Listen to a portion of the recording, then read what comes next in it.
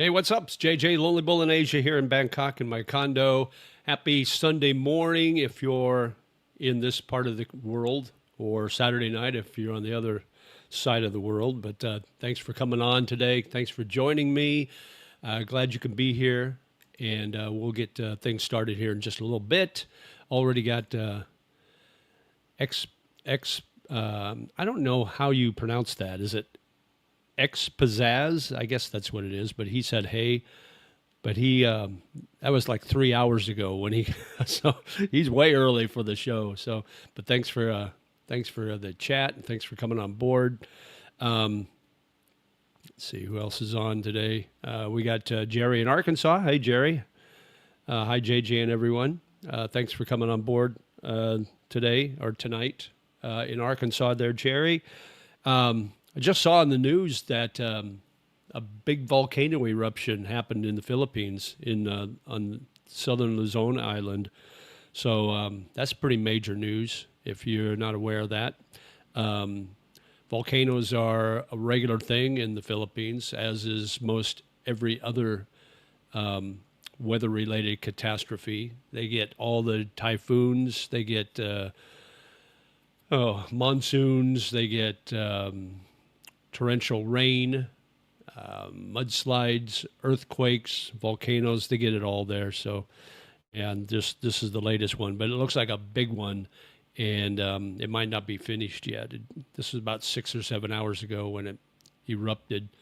And from the reports I was watching on YouTube this morning, it looks like part of the volcano, the mountainside, actually collapsed.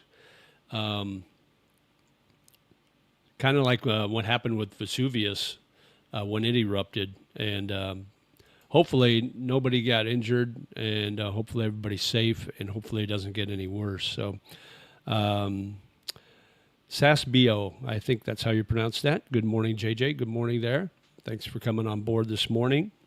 But that's the big news. The other news is I launched my new channel earlier this morning. I don't know if anybody was able to check it out. It's my music channel. It's JJ Radio Guy is the channel name, and the music is kind of like a DJ show. It was a 2-hour DJ show playing 80s and some 70s music, and I just was like my old DJ days. And it's Super Q is the name of my radio station, my virtual radio station. So it was fun, and we launched that this morning, and I'll do a 2-hour show every week.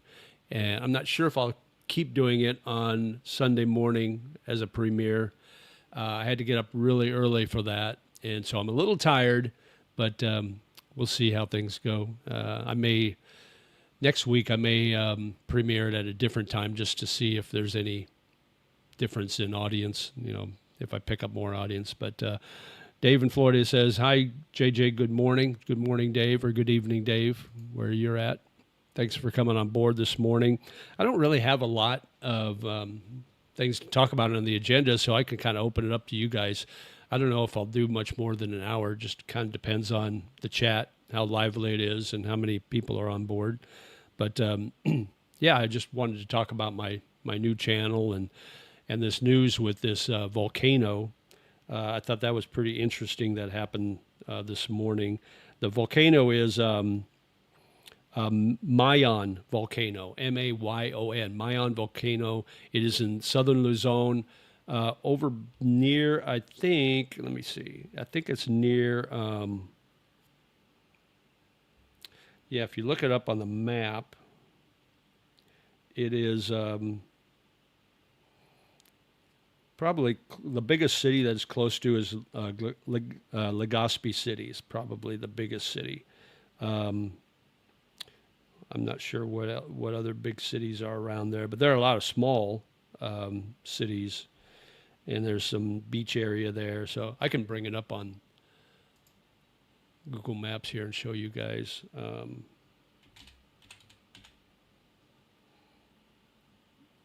Hang on just a second, and I'll share this with you, share the map with you.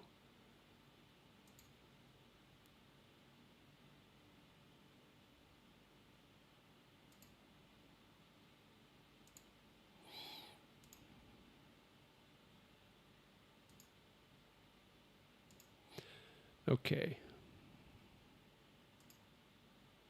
Okay, you guys should be able to see that. So this is Mayon volcano, and if I zoom out here, I can show you where it's at in on the island. This is Luzon. This is southern Luzon. Here's Bacol.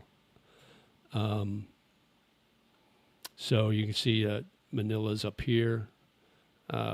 This is Bantaga City. Tagaytay is where Taal volcano is. So that's right there where my cursor is. But this volcano, Mayon, is way down here on the south part. So we'll see what happens with that. But yeah, it had a pretty big eruption, and they were showing, I saw videos of cars and people actually on bikes, and they're pulling up to the gas stations and they're just covered in soot. It looked pretty crazy, but yeah, that's what's going on in the Philippines. So if you're thinking about moving to the Philippines, you got to kind of think about all the things that happen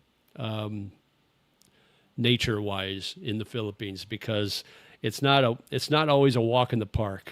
In other words, so you have to keep that in mind. Let's see. Hey, John P. in Asia. It was a good show for those that like the music from the 80s. I encourage you to check it out. Oh, thanks, John. I appreciate that.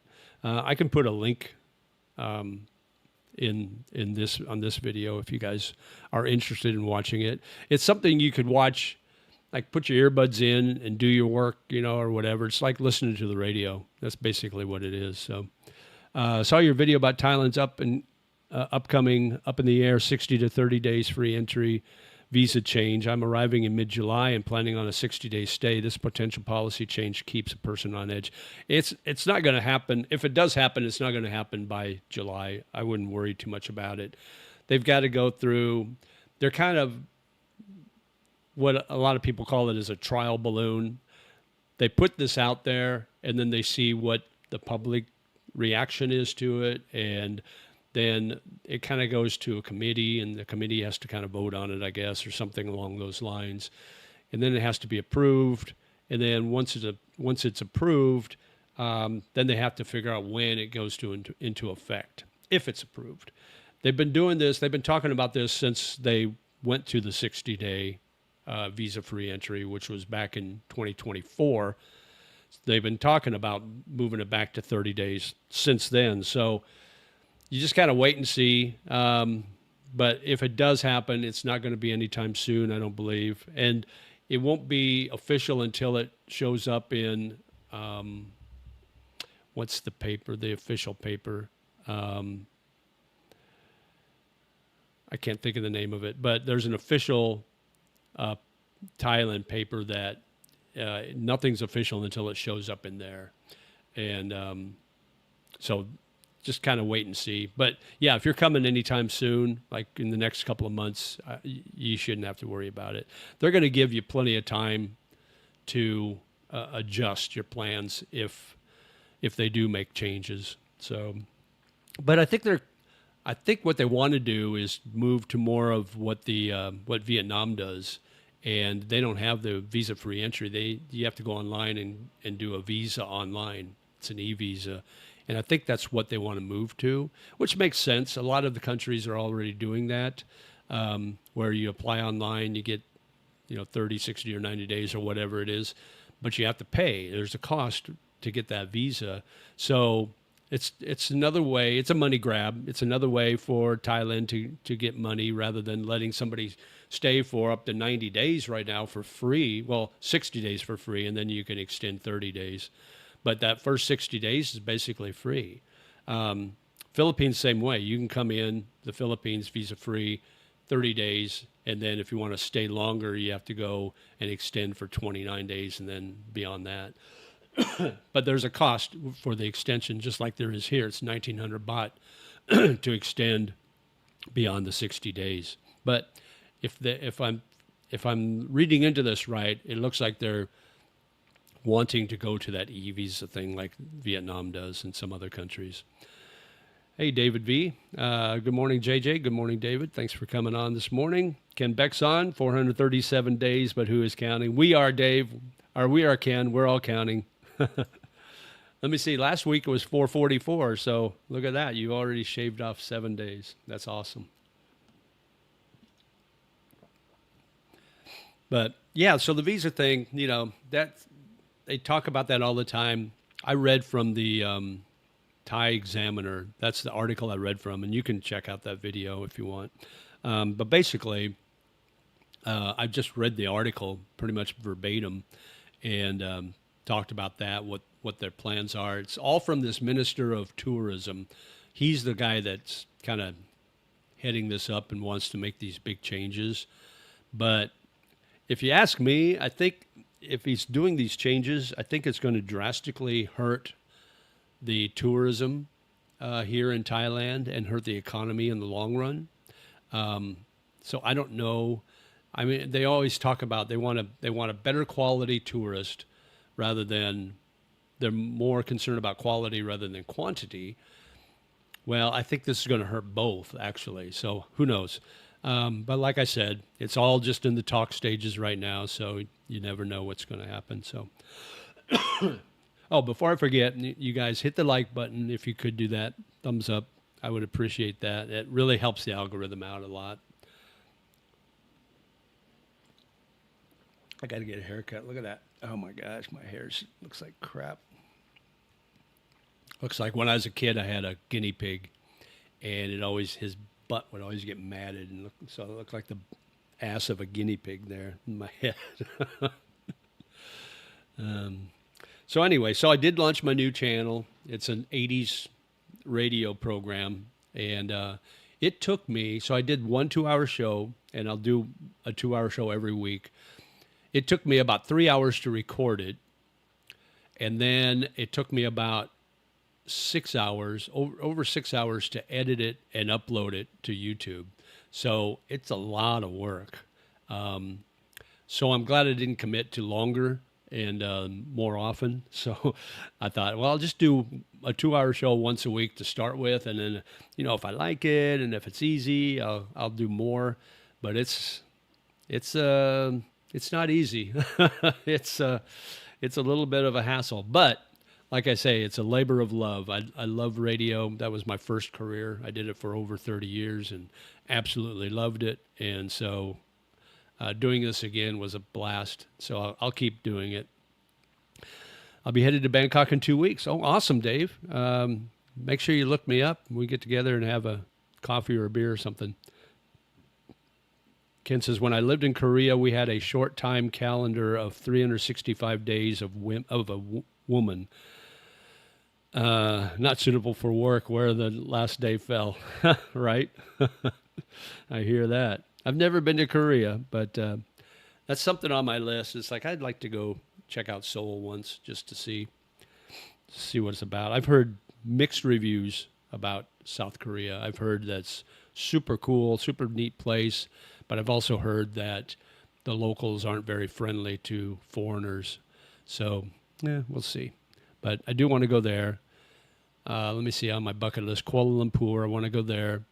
I want to go to Taipei, Taiwan, and I want to go to Shanghai, China. Those are my 4 top on my list. I want to go back to Tokyo too. It's been 6 years since I've been in Tokyo, so it's been a while. The Thai economy has big problems, the lowest economic growth in Asia. Yeah, it is right now, but I read an article the other day that even though in some areas the growth is not very good but I heard that there's foreign investments coming in from different companies, and they're putting billions of US dollars into investing in Thailand. So I think that's going to offset the areas that the economic growth is low in. So I'm not too worried about that. I'm more worried about, personally, the exchange rate. And I haven't checked it this morning. Let's see what it is. If it gets it was 32 and a half on the first when I transferred my money in, which is not bad. That's not a bad rate. If it gets close to, it's 32.51 right now. If it gets close to 33, that's good. As long as it stays between like 32 and a half to 33, I'm happy with that. Anything above that is just gravy. But yeah, it's that's the one thing I worry about is the exchange rate. If the Thai baht just keeps getting stronger and the dollar gets weaker against the Thai baht, then my money does not go as far anymore. So that's always my worry. But it is what it is. Seoul is worth visiting. Clean, great food, great transportation. Awesome. Okay, very good. Yeah. How are the people there? How are the locals? How do they treat the foreigners there? That's my one concern. I'm not worried about like getting beat up or anything like that. I just don't like to be treated rude, or if you're buying something, you get scammed. I would like to avoid that if possible. So, but you know what? It's the reality of living in Southeast Asia. Sometimes it's good, and sometimes you get burned a little bit. But let's see. David says, JJ, how was your experience in Japan? Do you have a favorite destination there? Japan is on my bucket list. Well, I spent most of the time in Tokyo. I spent a couple of days in where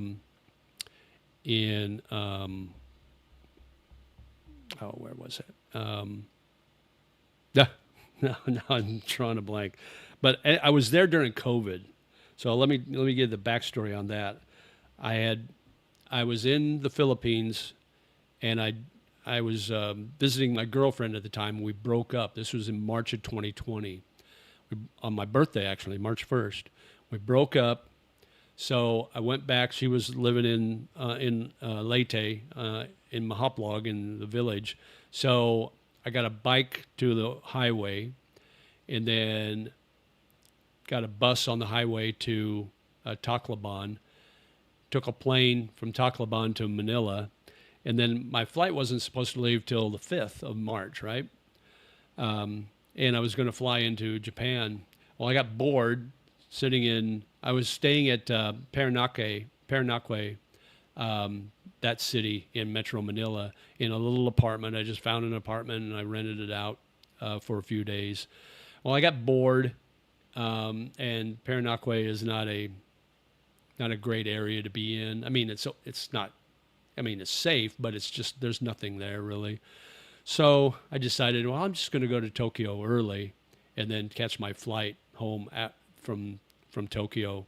So I left on like the 3rd. I was supposed to leave on the 5th. I think it was the 3rd I left. Flew into Tokyo, stayed at Roppongi Hills, which is a really cool area in Tokyo. And I was staying at this hotel, and then I was supposed to leave on like the 6th, I think, or something like that. It was only supposed to be an overnight stay, but I got in early. So when I went to the airport, I found out, this is a rookie mistake. I found out that if you travel and you have stops, like you've got layovers at certain areas, and then you catch the next link in your flight.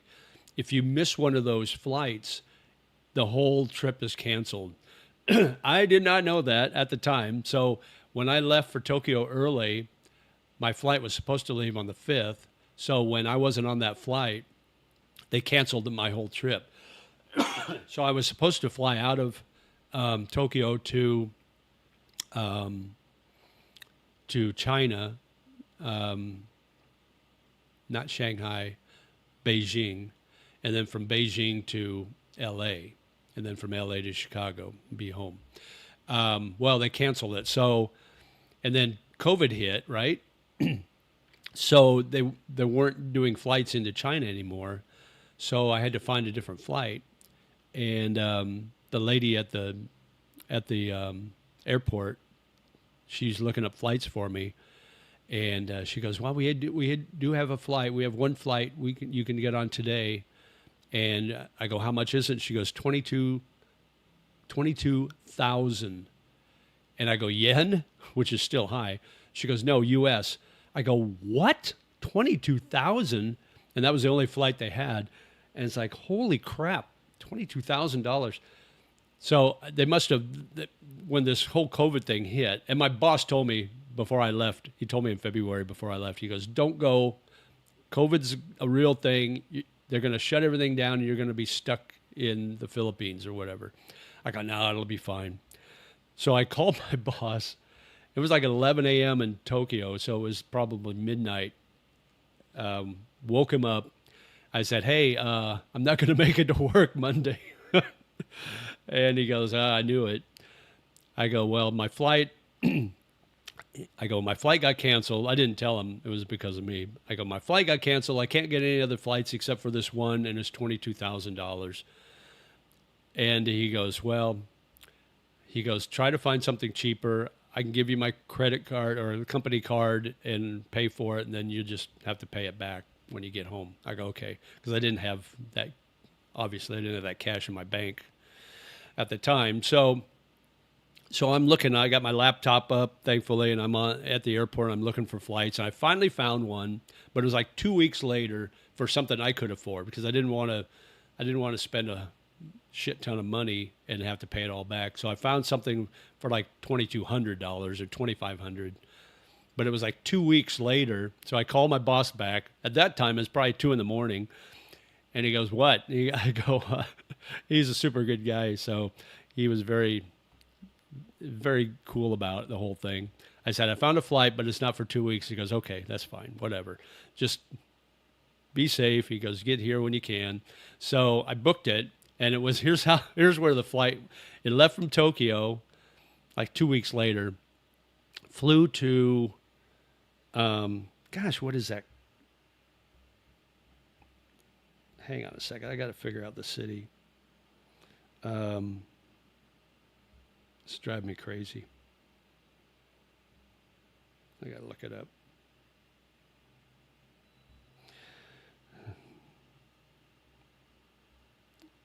I'm going to kick myself when I see it. It's like, gosh, why couldn't I think of that? Osaka. It was Osaka. So I flew out of Tokyo to Osaka. I had like a 8-hour layover in Osaka. So when I got to Osaka, I just took the train from the airport into the city and kind of walked around the city. And there's a really neat area in Osaka. It's covered, but it goes forever. And there's stores and restaurants and bars all along. It's really neat. And so I walked up and down that, stopped and had dinner there, and then went back to the airport, checked in. My flight left Osaka, and then I think it flew direct to LA, but there may have been another stop somewhere. I think there was another stop. Honolulu. Yeah, it flew to Honolulu, and I had a 7-hour layover in Honolulu. So I left the airport there. It was like 11 in the morning. And I Googled restaurants near me, near the airport, and I found this pizza place. Well, it was about 1 kilometer away. So I walked, I had my big duffel bag, basically, big heavy duffel bag, carried that, lugged that with me, walked about 1 mile or so to this pizza place called the Big Kahuna Pizza. And it was so good. The pizza was excellent. And the staff was cool, and so I had lunch there, and then I went back, checked in. Then we flew to LA, and I had an 11-hour layover in LA, and that was painful because I didn't want to leave. I didn't want to go out in LA. Everything was closed because of COVID, so I got in like at 11 at night, and my plane wasn't leaving until noon the next day or something like that, or 10 the next morning. So I just kind of tried to sleep in the airport.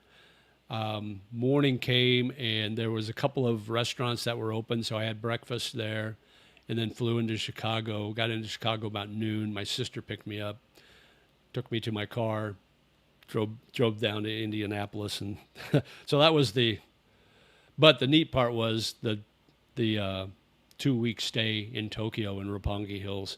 I found this cool little bar kind of off in this little alley downstairs, I don't know how I stumbled on it, but I found it, and I went in, and it wasn't very busy. There was like 5 people there.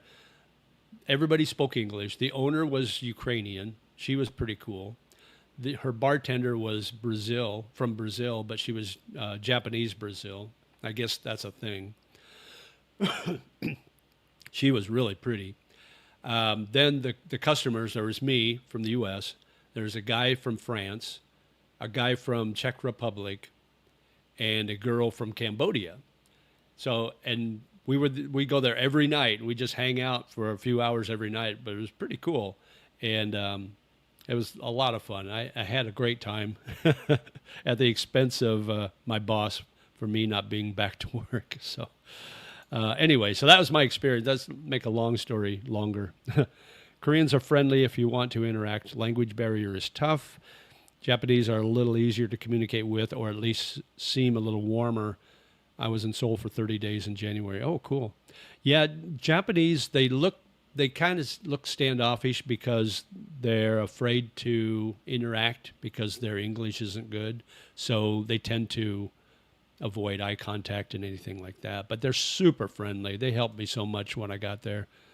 Seoul in 1988 was pretty safe. I walked around frequently after drinking and being young, dumb, and full of yum. Never had an issue. Nice. Okay.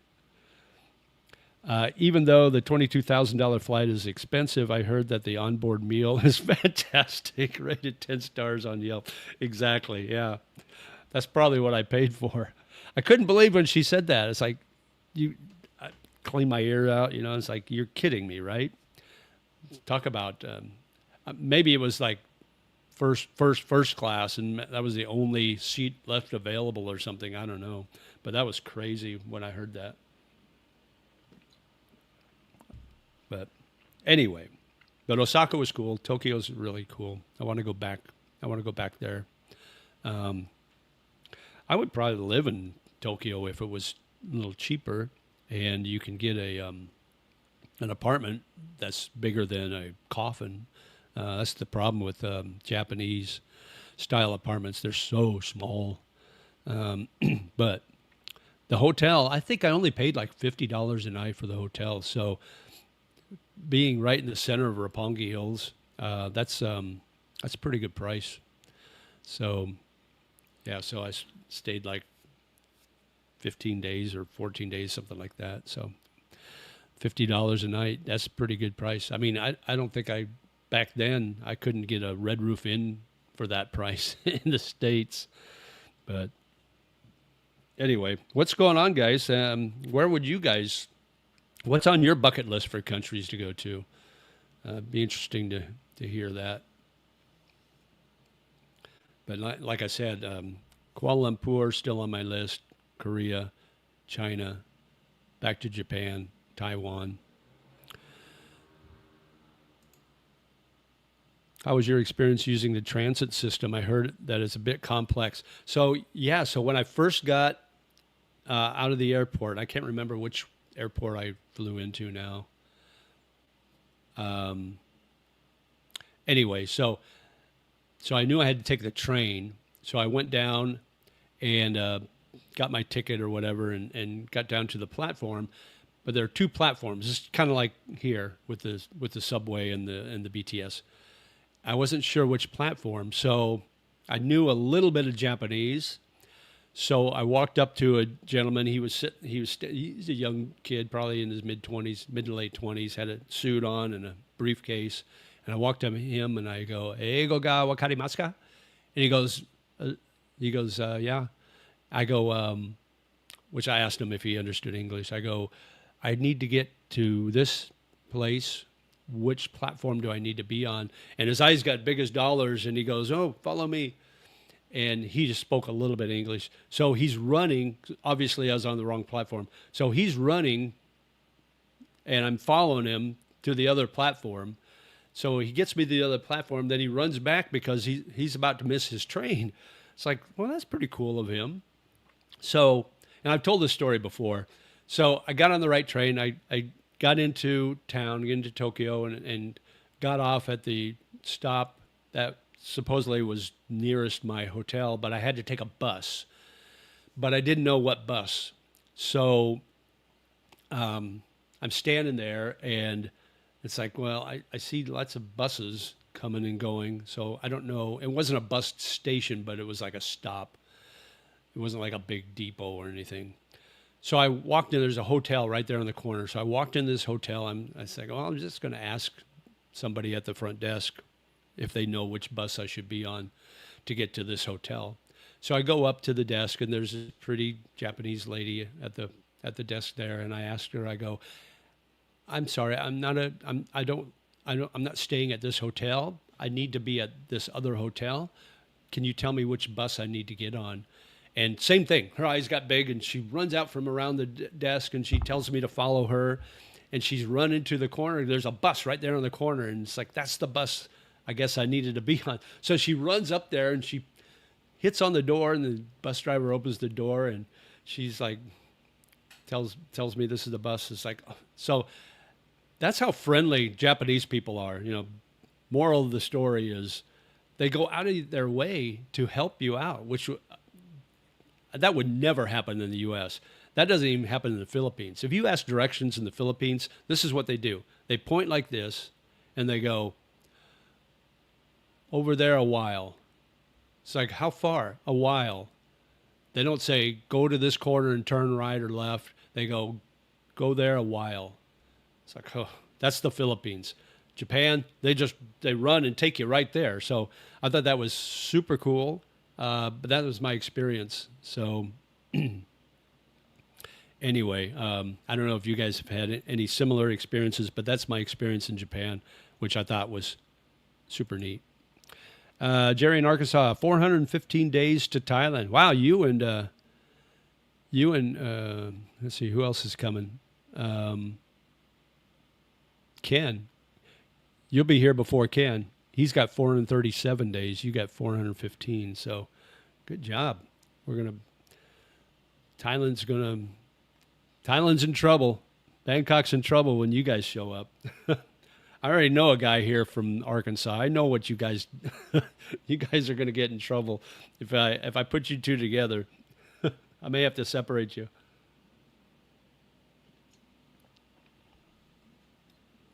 What else is up, guys? I may only go an hour today. I'm not sure yet. If we get people on and the chat's good, we'll go longer. But I got up early, and the problem with doing this music channel, when I did the premiere, I'm singing with all the songs, so my voice is already halfway shot because me singing at the top of my lungs in my apartment here. The top six airports in the world are all Asian, according to a new survey. Wow.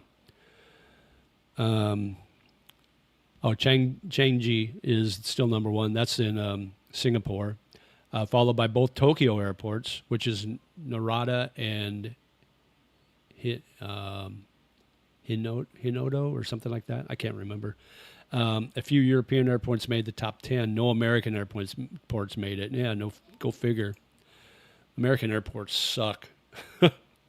If you've never been overseas, don't let what you hear in America about Asia or other places, don't listen to them. It's a lot better than what everybody says.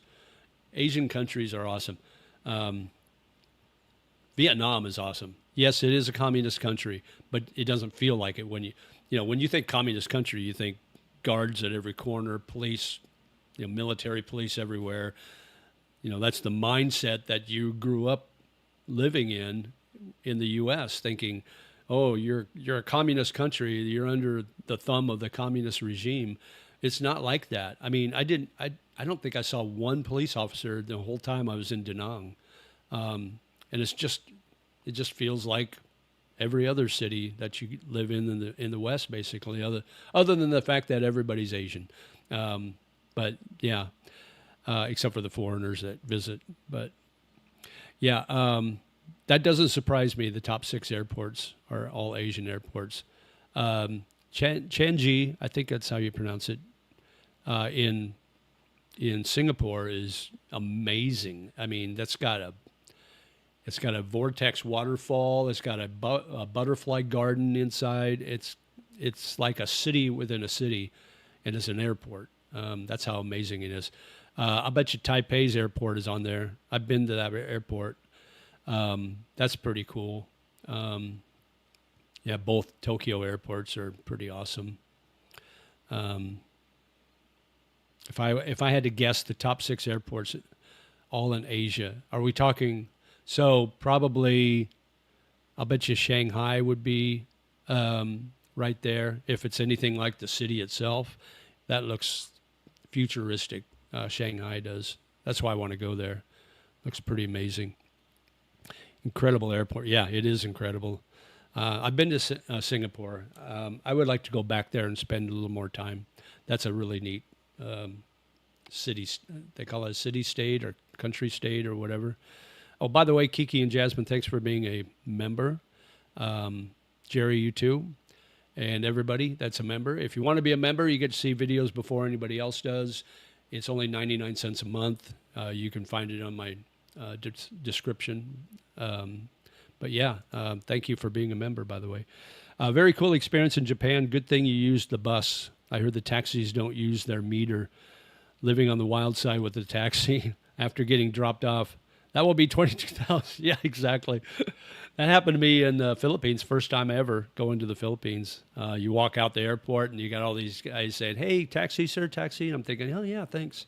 And they got me a taxi and charged me 3,000 pesos for it, where I could have got it for 400 pesos if I'd just gone to the taxi stand and used a metered taxi. But lesson learned, that's why you go there. That's why I do these videos, to let you guys know my mistakes so you don't make them. But yeah, that taxi scam is in pretty much every country I've been to in Southeast Asia. Correct, and the Incheon airport was one, and of course the KL airport. Okay, yeah. So that pretty much rounds it off. So you got Singapore's, you got the 2 Tokyo, you got South Korea, Kuala Lumpur, and was the Taipei one the 6th one, or was the one in Shanghai? It would be number 6. But yeah, I want to go to the Kuala Lumpur, not just to the airport. I want to go to the whole city. Same with Incheon. I want to go to Seoul and Shanghai, and I want to get out in Taipei. I had a layover there, but it wasn't long enough to actually get out and see the city. It was only like 4-hour layover, but that airport's pretty cool because every gate has a different theme, and I flew in or out of the Hello Kitty gate, so everything was Hello Kitty, which is kind of cool. But yeah, an interesting airport there. So yeah, we can talk about airports all day if you guys want. What else is on your mind?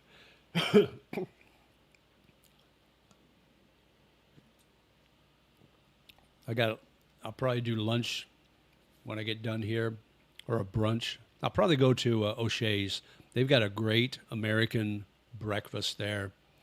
You get 7 items. You get free coffee or juice, and you pick 7 items from their menu, and you can get anything on that. I usually get toast, 2 eggs over easy, which is 1 item, bacon, and they got different kinds of bacon. They got strip bacon, they got the ham style bacon, but I get the strip bacon, hash browns, fried potatoes with onions, mushrooms, sauteed mushrooms. Did I say toast? Toast. But I get 7 items, and it's only 199 baht, which is about $6. So for all of that, and it's filling. If I eat that today, I won't need anything until late tonight for anything else to eat because it's so good. But 199 baht for that huge American meal, and it's really, really good. I usually get 2 servings of potatoes, the potatoes with onions, because it's really, really good. Let's see. Chris, let's go cruising. Hey, thanks for coming on board. Morning there. 30-day countdown until I arrive in Bangkok from Portland, Oregon. Can't wait to start touring the transit system. Awesome. Did you watch my video on how to ride the BTS and the MRT? If you haven't, It's kind of a neat how-to thing, so check it out. But yeah, 30 days. Look me up when you get here. Shoot me an email, and we'll get together. Out of all the Southeast Asian countries, who has the best beer? You know what? So my go-to beer here is actually the Singapore beer, Tiger. That's my favorite beer here. But I like the fact that there's options here, whereas when I lived in the Philippines for 3 years, you don't have a lot of options. Here I can get a Guinness. I can get all the imported stuff here pretty much. But the local beers are good. Leo, Singa, even Chang beer's okay. What else? What am I missing? Leo, Singa, Chang. Seems like I'm missing one. Of course, Tiger. That's what I usually get. But you can also get San Mig Light here at all the bars. That's about the only light beer that they sell at bars is San Mig Light. That's the Philippines beer, but you can get that here if you like. I got used to it when I lived in the Philippines because that's really all it was. So I get a lime slice, and that was my poor man's Corona. But yeah, it was. Once you leave and start drinking regular beer, and you go back and you drink that San Mig Light, you realize how bad it is. It's like Blatt's beer or Pabst Blue Ribbon or something. So it's not great. But yeah, Tiger is my go-to beer. I'll always get a Tiger pint. I connected in Kuala Lumpur in 2015, and it was daunting, but I was panicked trying to make a connection to Manila. Oh, I can imagine. Yeah, Kuala Lumpur is a big city. The only thing I want to check it out because I love big cities, but just from the videos I've seen, it seems a little sterile, a little too vanilla. There doesn't seem like Bangkok's got all these cool neighborhoods everywhere, so it doesn't make it looks like a big city. Kuala Lumpur in the videos I've watched seems more like a concrete jungle, but I do want to check it out. So we'll see. Hey, Simply Social, thanks for coming up on board today. What's up, JJ? Just doing my thing. Let's see. Is Papua New Guinea as bad as they say? It was bad in the 90s when my ship was there. I've never been to Papua New Guinea, so I couldn't tell you. If anybody on the chat has, let us know. I haven't heard anything good or bad about Papua New Guinea. It's just one of those places that nobody really talks about, I guess. Looked at Skyscanner this morning. The ticket doubled. Now they're asking $1,200 one way for economy. Holy crap! Should I wait until August? So you're coming when? Simply Social. When were you planning on coming? What dates was that? Because the farther out you book, the cheaper you're going to get. And August is probably a good time to book before. You're still in rainy season, but it's before high season starts. So you should be able to find some cheaper flights. But yeah, let me know. Brian says, Sawadee Krap from Jomtien. All right, nice. How's things in Jomtien? Did anyone catch the 5-hour live stream by Heidi a few days ago? Apparently it was brutal. It is deleted now. I did not, but I did hear Sick Grandpa talking about that the other day. His video about them came up on my recommended, so I was curious, so I watched it, and he was really dogging on them, and yeah, they took it down. I don't know what was the context of it. I know she's got all these ailments, all these things wrong with her, and they've got a GoFundMe or something, GoFundMe page, but yeah. And I heard that George left her or something like that. Is that right? That marriage is over, I think. Interesting. I think I'm going to get a visa non-O before I leave the U.S. We'll save about $1,000, the agent told me. He did not say anything about having health insurance. Interesting. I don't know the details. I'm I actually I'm going to book a consultation with Thai Immigration Solutions. I'm going to book a consultation with them probably next week because I have to make a decision with my Thai language school. I can either continue my level two ends the end of May, and then level three starts on June 17th. If I stay in the country, I can sign up for level three, which I hadn't done it yet, and it's a 4 month course. If I leave the country during that break and come back, I can sign up fresh for an education visa.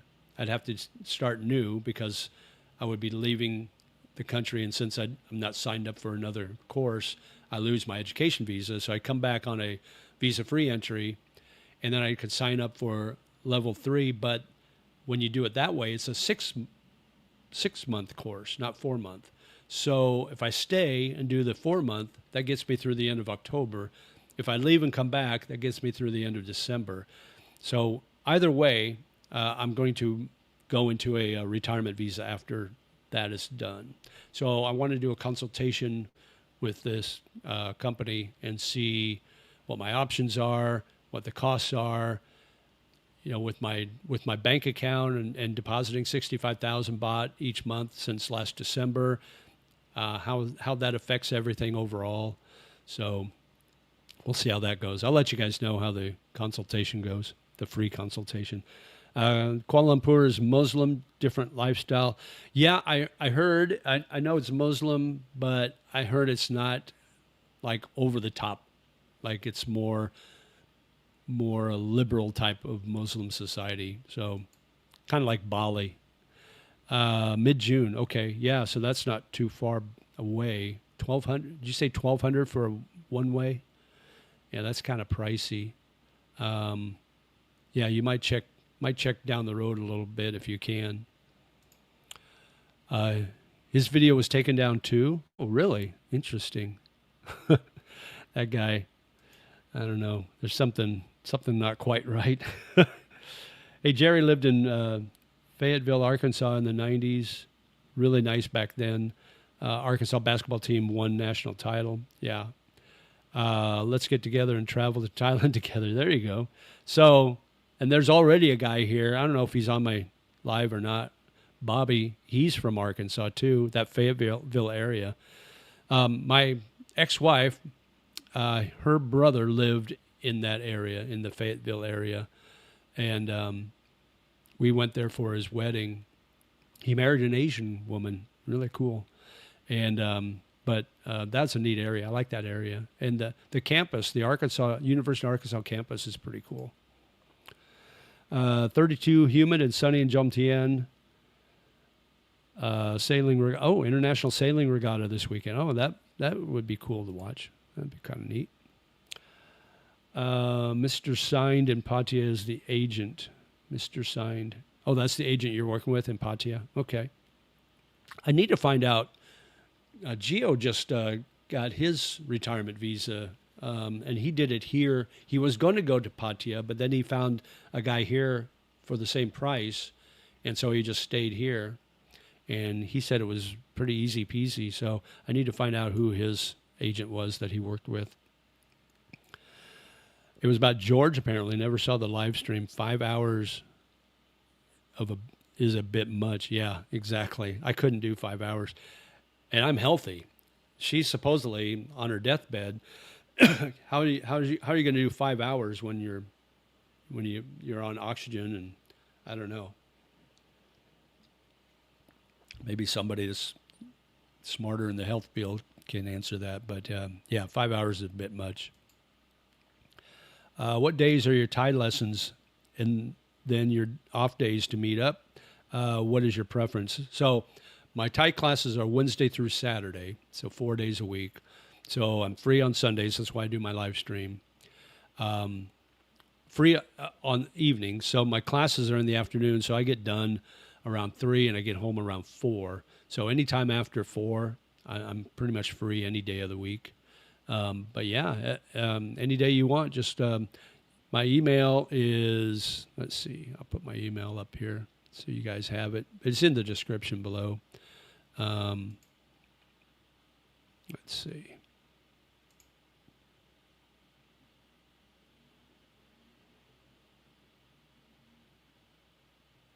There it is. Okay. There's my email. So you guys have that. But yeah, any day or night, just let me know. Just shoot me an email. That's the best way to get a hold of me. I always answer my emails, unless you're trolling me. Then I don't. But let's see. Okay. George will be okay. He can go back to the U.S. There are many just like her he can pick from. Yeah, there are plenty in the U.S. Lots of Karens. Simply Social, yes. Someone said because of war. Because of war, the prices are up. Yeah, that's exactly why. Yeah. Social, I live near Siloam Springs. I need to sell my house before I can book a flight. Okay. Hey, JJ, went to your casino, Choctaw in Durant. Lost 500 in the slots. Are you too tight for me? That's not my casino, man. I've been to the casino once in Tulsa, and it was actually a coworker's birthday, and so he had a party at the casino, and one of my employees, she knows everything about the casino, so she goes, well, come with me. I'll show you how to navigate the casino. It's like, okay, cool. So we go there, and she goes, don't do any of the slots up at the front, because those are the ones that you'll never win on. So we go way in the back, and she goes, this is my favorite machine. There were two of them. So she sat down on one, I sat down on the other, and I won like $60 in like the first minute. And then I quit. That was my whole experience in the casino. Let's see. Jerry says, I lived in Siloam Springs before I moved to Durant, Oklahoma, staying a year at each place to see if I like it. Once you retire in the U.S., you lose your identity. Not a lot of people. Yeah. If I had to retire in the U.S., aside from maybe going back to my home state or hometown, I would probably either retire in Tulsa, Oklahoma, or Johnson City, Tennessee. Johnson City, Tennessee is beautiful. It's right there in the Blue Ridge Mountains, right at the foot of the Smokies, and you're only an hour from Asheville, North Carolina, which is beautiful up there in the mountains. You're right next to Virginia, so you can drive 30 minutes and be in Virginia. Like I said, you're right near the Smokies. Mild weather. The winters are mild there. The summers are mild. Cost of living is pretty cheaper. It was when I was there. That would probably be the place I would retire. I might think about Colorado, back in Fort Collins where I used to live, but Colorado's such a mess now. It's just gotten crazy there, so I probably wouldn't. And it's super expensive there, so probably wouldn't be a good idea. But I'm happy retired here. So, favorite tropical fruit? Probably mango. Mango is probably my number one.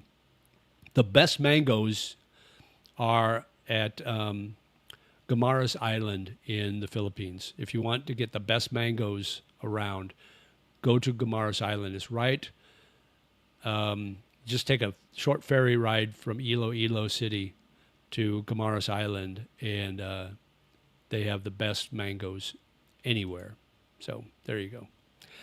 People to hang out with. You don't realize how much your identity realizes on your job and coworkers. Overseas, you bond a lot quicker due to others just like you. Yeah, I find it really easy to make friends here. I've never had a problem making friends no matter where I'm at. What days are your Thai lessons, and then your days? I think we already did that one. Wednesday through Saturday, and then anytime after 4 o'clock on those days. or anytime mornings or afternoon on Sunday after my live stream. Yeah, just shoot me an email. Let me know. Have you ever seen the movie Hard 8, a great movie from 1996? Fabulous cast. No, I have not. Hard 8. What's it about? I agree, yeah. Thanks for the email. I'll message you. Yeah, good. Good, Dave. Yeah, do email me.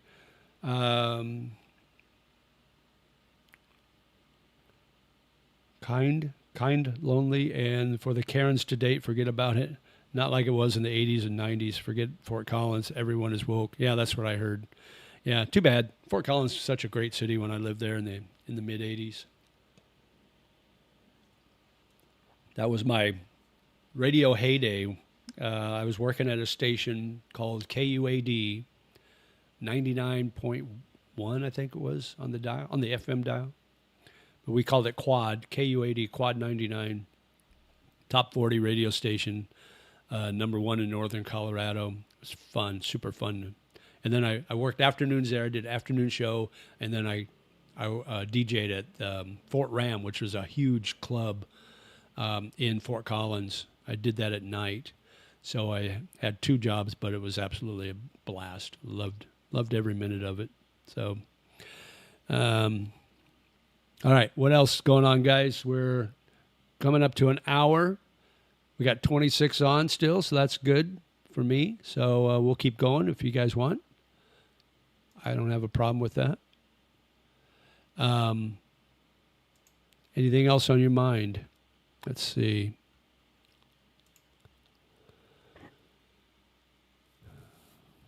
Putai Ging Mai. Putai Ging Mai. Do I like Thai? What is Put? I should know that. I should know what Put is, but sorry, I don't. It's early. Oh, you're going to tell me here. It would be fun if you did a live stream speaking only Thai. Oh, I wish I could. I'm not that good, guys. Come on. I'm only on level 2. I'm barely to the level where I can order my food in Thai. Like if you watch my my video where I went to the day market, the street market, and ordered my food, I did all that. I pretty much did all that in Thai. So I was pretty proud of myself for being able to do that. But I couldn't do a whole.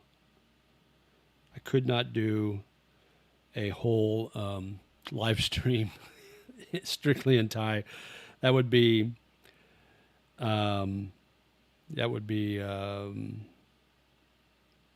Yeah, it would not be good. I don't know why anybody would watch that. What's the name of your other channel? I thought I subscribed to it, but I didn't get a notification about it. Okay, it's JJ Radio Guy. Hang on just a second here. Let's see. If you go to...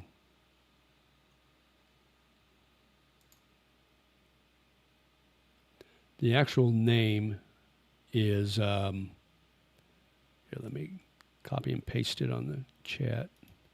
Then you guys have it.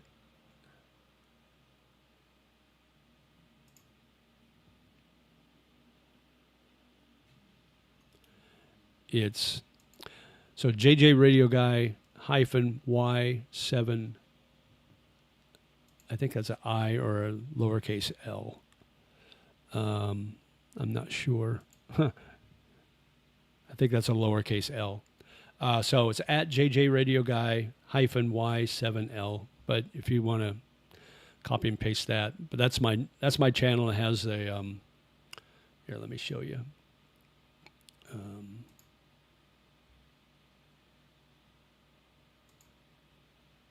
That's got my radio show on it, where I play my '80s music. Let me share that with you guys. So that's the channel. That's what comes up when you bring it up. But it's JJ Radio Guy -Y7L. I've got a whole 8 subscribers. I picked up 3 this morning. So here's the video. It's a 2-hour radio show. So you can see my logo. Yeah, that's fun. I had a good time playing good music, good '80s music. I played a couple from the '70s, but yeah, you can check that out when you get done here. Um, and subscribe if you want to. I would appreciate that. That would be fun. Have you learned how to say "sexy mama" so you can use it with your girlfriend? No, I have not learned how to say "sexy mama." I can say so I mak, very pretty, very beautiful. So JJ, you're saying it would be a short live stream. Exactly, it'd be very short. Do you guys learn to read Thai characters at level 2 or use romanization? Poot means, oh, speak. That's right. We learn how to write it and read it too, all together. So that's why the process is a little slower for me, um, because you're learning how to read it and write it as well as speak it. Um, So the first level, we learn the consonants, we learn the vowels, and at the end of level 1, we learn the tones and the tone marks and all that. And then level 2, it was really kind of getting into the writing and the reading of it. The reading I can do. I can read Thai pretty much, um, but my vocabulary is not big enough to know what I'm reading. So it's like I can read it, I just don't know what it always says. So, yes, guys, hit the like button. I appreciate if you did that. That would be really cool. Yeah, there. That's that. Hard Eight is a casino movie. Okay, all right. Is that the one where the guy had owed money to the mob or something? Who's in that? Was that a Ben Affleck or something like that movie? Seems like I should know that. Yeah, good movie. That technique used to work long ago with the slots. A lot funnier in those days. Okay, I'll have to check that movie out. Awesome, Jerry. Thank you so much for subscribing. David says like and subscribe on JJ Radio Guy. Yeah, that would be awesome too. I'd appreciate that. How's your shoulder doing? My shoulder's doing a lot better. There's still a little bit of pain right there. But like I went out last weekend and swung the clubs a little bit, and I had to adjust my swing because my follow through was still kind of hurting, but it feels pretty good. I got pretty good motion now. Still a little bit of a nagging pain when I move it a little bit, but the shoulder's good. The back still and the ribs still hurt when I lay down. When I first lay down, the back and the ribs hurt, and then I'll get comfortable and it'll stop hurting. But when I get up, like the next morning, that's when it hurts again because just moving, it's almost like it's adjusting in my body or something. But yeah, it's been 8 weeks almost to the day that I had my accident. So things are on the mend for sure. Yeah. Are you still riding your scooter? No, I don't ride the scooter. That was the one and only time. Any good, reasonable price hotels in the Prakanong area? I'm looking at the Beat Hotel when I land. I'm not sure what the prices are right now on hotels. I don't really look into that because I don't need it. But yeah, Prakanong's a good area. They've got the W District there. They got that new live music bar that I like going to on weekends.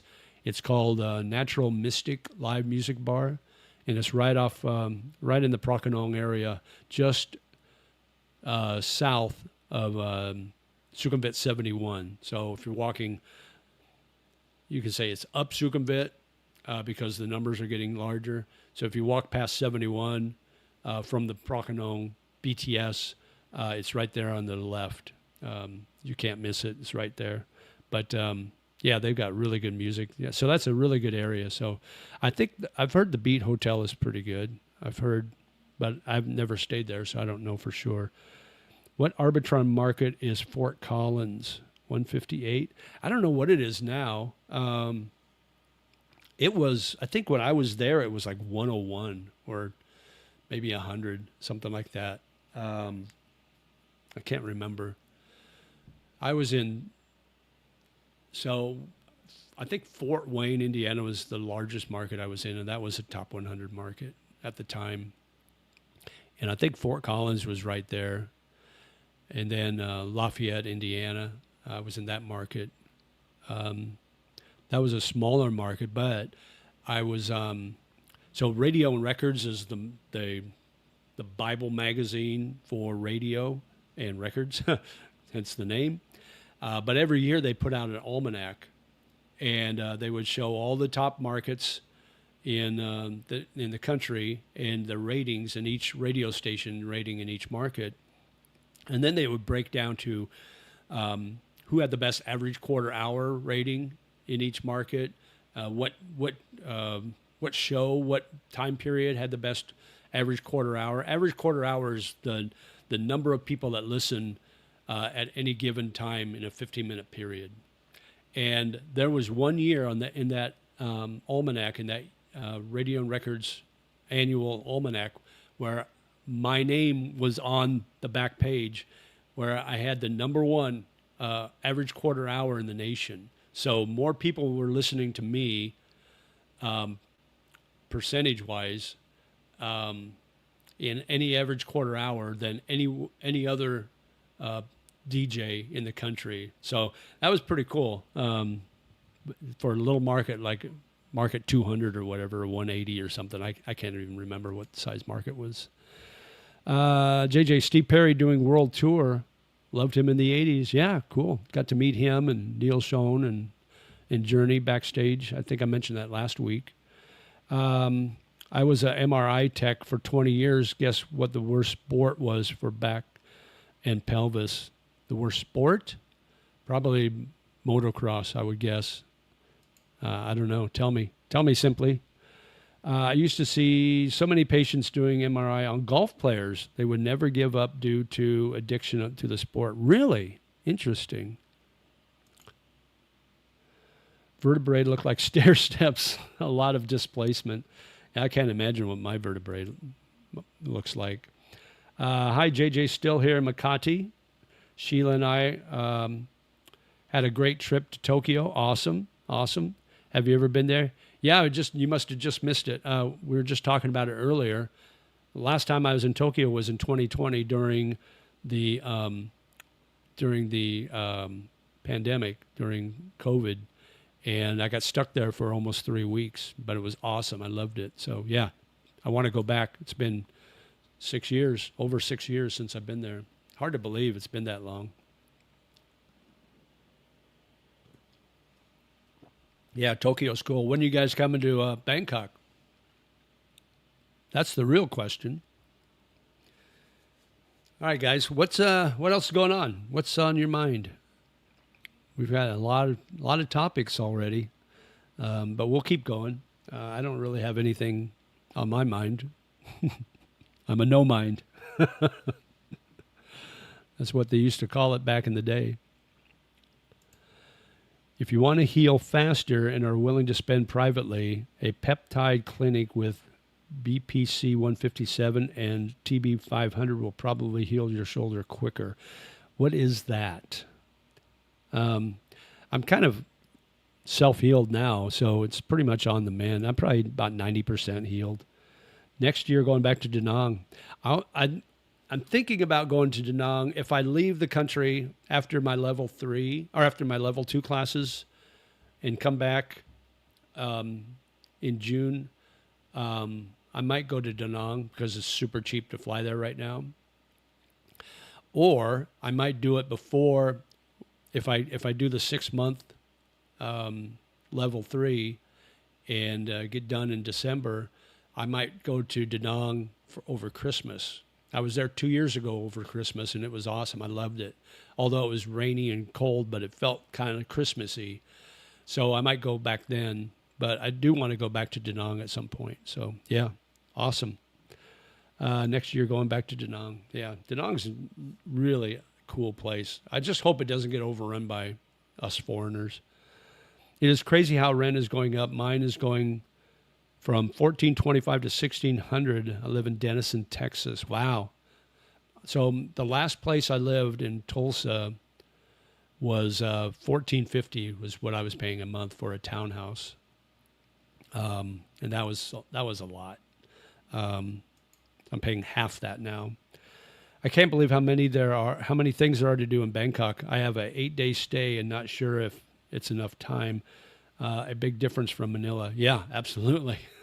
Huge difference. It's so much easier to get around here than it is in Manila. Yeah, there's tons of things to do here. Live music, great food, sports. They got 2 Muay Thai boxing arenas. They got a soccer stadium or football stadium here. Um, like I said, live music. Yeah, there's temples, malls, parks. They got it all here, guys. That's what I love about it. I read an article the other day. Everybody says, "Well, yeah, but the pollution's so bad in Bangkok." I read an article the other day that Manila, their pollution levels are really bad. In fact, dangerous to a point where it's affecting brain growth of children. That's scary stuff there. So that's super bad there. I like Nha Trang. Lots of Russian people, but that beach is amazing. I've never been there. I should check that out. The Russians are coming. The Russians are coming. I don't know what it is about. Da Nang has a lot of Russians too, about Vietnam. But yeah, that is a lot of Russians in Vietnam. Tulsa King with Stallone, season 1 was so good. Yeah. I haven't seen it, but I heard it was really good. Peptides are the way to the future, and I'm going to get a couple of them to heal the mitochondria. Huh. I take creatine and NMN supplement. Do they have any clinics in Asia? Clinics for what you're asking about? I don't know. Probably. Thailand's got great medical care. How do prices for desktop computers compare there in Bangkok versus the United States? I ask because it would be costly to ship. When I've got a desktop, but it's a smaller, it's not one of those big, fat, heavy towers. It's just a smaller unit. But I just put it in my luggage. I loaded all my stuff, my screens, my desktop, everything in luggage, and then packed it in my clothes so it didn't wheel around and get broke. But I just shipped that as a check-in, and I didn't have any problems. That was from Philippines to here. Now, I don't know if it would be different coming from the U.S. to here, doing it that way. But the pricing, I think it's about the same, maybe a little higher here, depending on the brand, because you have to pay the import fees, and sometimes the import fees to Thailand can be pretty high. But I think generally it's about the same. So you might see if you can Google like a store in Bangkok somewhere and check prices. But I don't know. I haven't priced computers forever. Yeah, right. I got you. Yeah. JJ, where's a good landing place in Bangkok? Want to be walking distance to MRT, gym, food, etc. I would say anywhere along Sukhumvit anywhere from Siam BTS up to En Route BTS. And any point in between, you're going to find it's very walkable and very accessible to a lot of different things. Obviously, close to the BTS. So, but if you're going to be in the Nana area, just understand that that's the adult area. So if you're finding a hotel in that area, you're going to be walking through a gauntlet of freelancers and ladyboys anytime you leave your hotel room, just so you know. But want to settle in Jomtien. Oh, okay, cool. Yeah, Jomtien, that's a neat area. That's a neat beach area. If you're asking about peptides, yes, there is at least 2 clinics in Pattaya. Oh, nice. The Ukraine war displaced the Russians. Yeah, exactly. They got out, so they didn't have to fight. Creatine is good. Some take 5 milligrams, but 15 is better. Yeah, I take between 10 and 15 a day. The 5 is good for the muscles and rebuilding that after a workout. But the rest of it, good for the brain. That's what I need more than anything. Our iPhone's cheaper in Thailand. So here's the deal. If you're coming on, say you're coming on a tourist visa and you buy an item, an electronic item, you pay a VAT tax, and it's like 7% VAT tax or something like that. But when you leave, you can save your receipt and you can get that reimbursed when you leave Thailand. So if you're just here temporarily and you buy some electronic items or big dollar items that have that VAT tax, you can get the majority of that VAT tax reimbursed to you when you leave. So that in itself is probably enough to buy something here if you're only going to be here for a little while. Ed Sweeney was misdiagnosed in Thailand, told him he had a stroke, went back to the UK, and he actually had a tumor. Dead now. Oh, wow. I don't know who Ed Sweeney is. The name sounds familiar, but I did not. Yeah, you know what? But I was misdiagnosed in the U.S. for my gallbladder. Every doctor I met with on several occasions thought I had acid reflux. It's just acid reflux. I said, this feels like somebody's stabbing me in the heart. It hurt so bad when I get these episodes. And they go, oh, it's just acid reflux, acid reflux. Finally, they did a thing where I had to drink the crappy liquid, and they strapped me on this table and flipped me upside down and did this whatever. And then they realized, oh, you've got gallstones. It's like, oh, okay, no shit. So they removed my gallstones and my gallbladder because it had been like over a year that I was having these episodes, and they kept getting worse and worse and worse, and I was getting misdiagnosed. So they removed it. They removed a bunch of smaller ones, but 3 big ones about the size of golf balls. They looked like walnuts. They removed them from my gallbladder, and they removed my gallbladder because it'd been there for over a year. So it's like just building them up and building up. It's like, you idiots. But that was misdiagnosed, and that was in Manhattan, Kansas, was where I was when I was misdiagnosed. So it can happen anywhere is what I'm trying to say. So neither the Thai medical system nor the UK NHS is saving you from a glioblastoma. I don't know what glioblastoma is. You guys are being way above my pay grade. I don't know any of this medical stuff. Pattaya has a lot of health clinics there. I like that. Yeah, and I guess they've got a VA clinic there too, from what I understand. So if you're a veteran, that would be a good place to be. 50 milligrams gives good get up and go in the morning. Yeah, absolutely. And at my age, my get up and go got up and went. So I need that. Ed was a YouTuber. Okay. I thought it sounded familiar. Traveled a lot around Asia for years and was a very popular guy. Oh, that's too bad he died. All right, guys, we're about an hour and 20 minutes in, and I'm caught up on the chat. So what else is on your mind? Sweeney was a big YouTuber from the UK, and Pattaya rode his bicycle through the Soes while filming Steady Eddie. Oh, cool. How long ago was that? Because it might have been before I started watching YouTube. How long ago was he there? When did he pass? How long ago was that?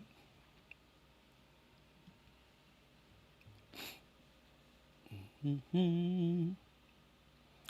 So probably not tonight, but tomorrow night or the next night, I'll record my next show for the other channel, my next radio program. So and I don't get paid on that. Even when I get monetized, I won't get paid because of all the copyright strikes I'll get from playing the music. So all the record labels will get all that ad money that is on my channel. So that 10 hours of editing and work I do every week to put that channel up is kind of a labor of love. But right now, before I get monetized there, I do have the buy me a coffee. So if you want to get a request or dedication in, you can buy me a coffee on that, and I will play your request. And that'll be how I get paid to run that channel. So let's see, where are we at? Let's get caught up. Glioblastoma, cancerous brain tumor with less than 5% survival rate. Ooh, that's not good. That VA clinic is why I'm disappointed. I will likely be in Bangkok for the Ed visa. Okay, yeah, we talked about that last week, Jerry, didn't we? Never saw him ride a bicycle. You've never seen me ride a bicycle either, or a motorcycle. That one time. What is the deadline for request? I'm thinking maybe I'll probably do it. Let me think here.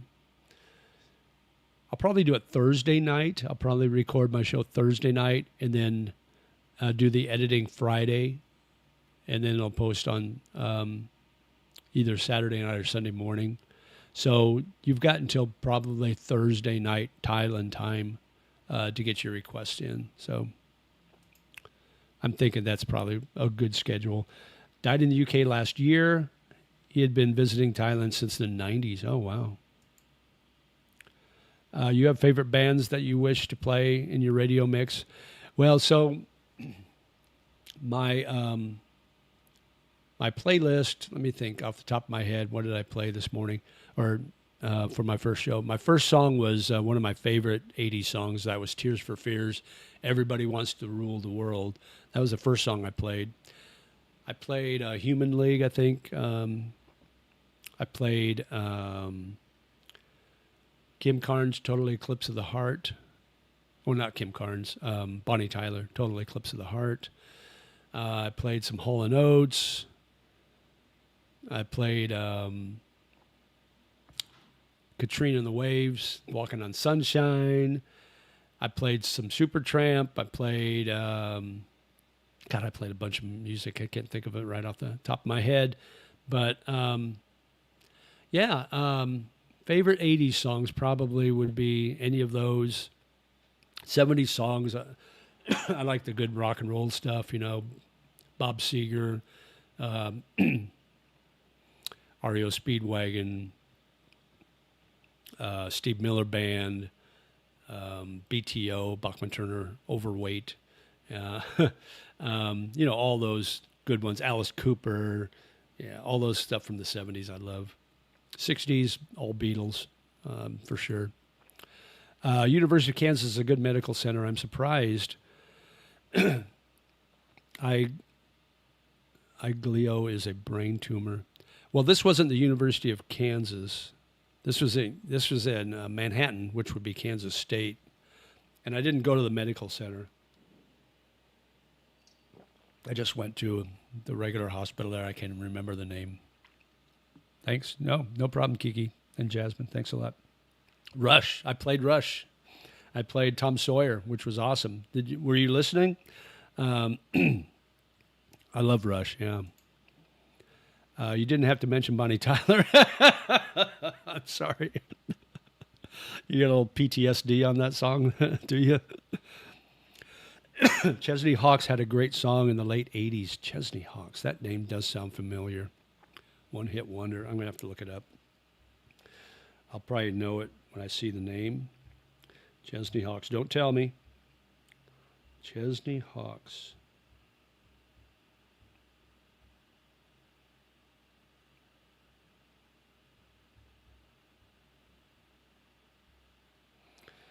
What was his song? He's an English singer and occasional actor, according to Wikipedia.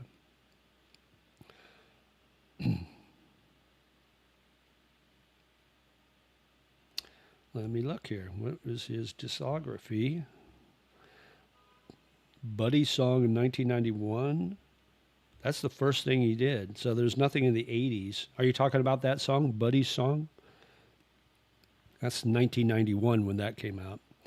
And it went to 18 on the UK charts. But that's the only thing I see. Is that what you're talking about? What song were you thinking of for Chesney Hawkes? He had a great voice. Huh. I Am the One and Only was the song. I Am the One and Only. Oh, that was in 1991. That was his second release. So, yeah, you're from Ireland, so it's probably pretty much all UK because according to this, it didn't chart in the US. So that would be probably why I don't know it. But if you request that song, everybody will tune out probably because they don't know who that is. Hall & Oates were great back then. As long as they played together, in real life they are not friends.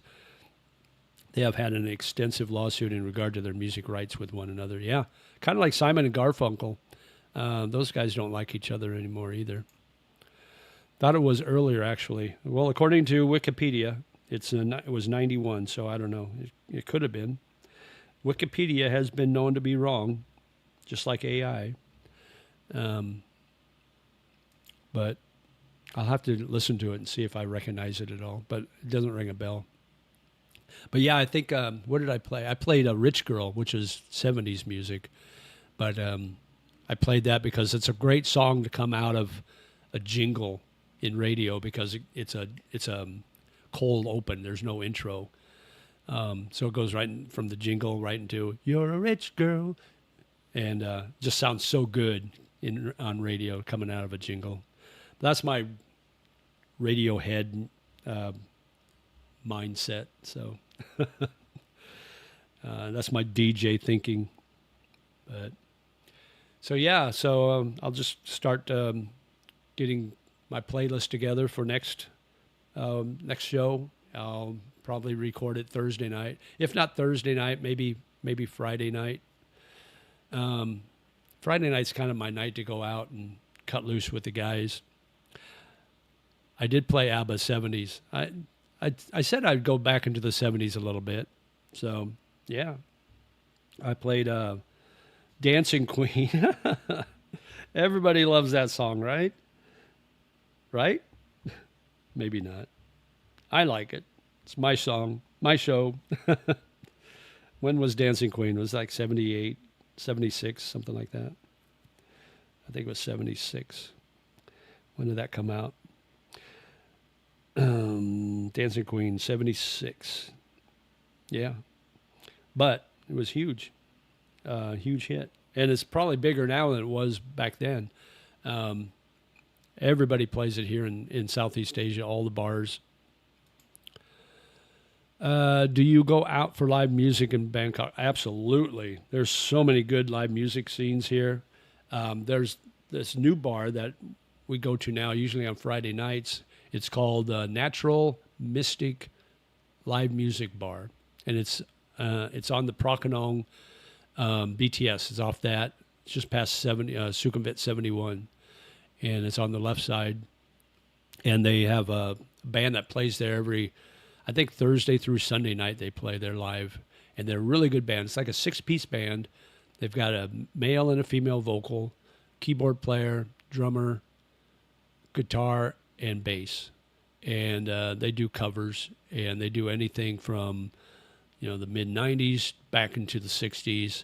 And if you request a song and they don't know it, you come back the next week and they'll have learned it and they'll play it. They did that with me. I requested this lady's got such a great voice. She's kind of a lower register than most female vocalists. So she kind of has that Annie Lennox Eurythmics type of sound.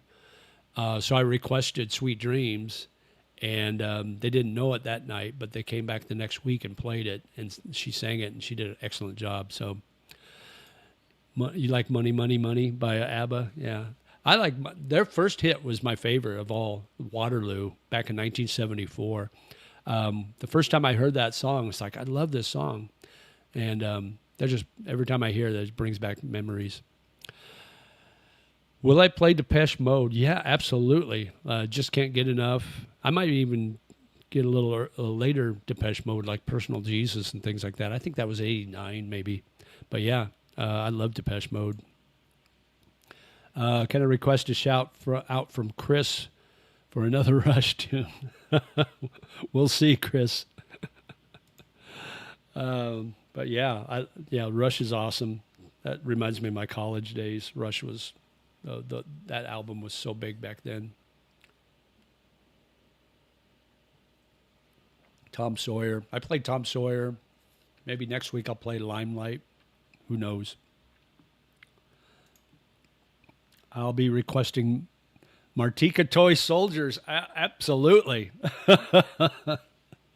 Step by step, heart to heart, we all fall down like toy soldiers. I might do a Name That Tune this coming week. I want to improve it. This first show was kind of just a trial run just to make sure I can get all the glitches done. But I want to keep improving it, so I'll do some trivia. I might do a Name That Tune type thing, so people can play along at home. But yeah, or finish the lyrics, things like that. Fun things like that to kind of get some interaction with the audience. It'd be kind of fun. But yeah, definitely Martika would be. I could do a whole show on one-hit wonders. Dexy's Midnight Runners, Come On Eileen.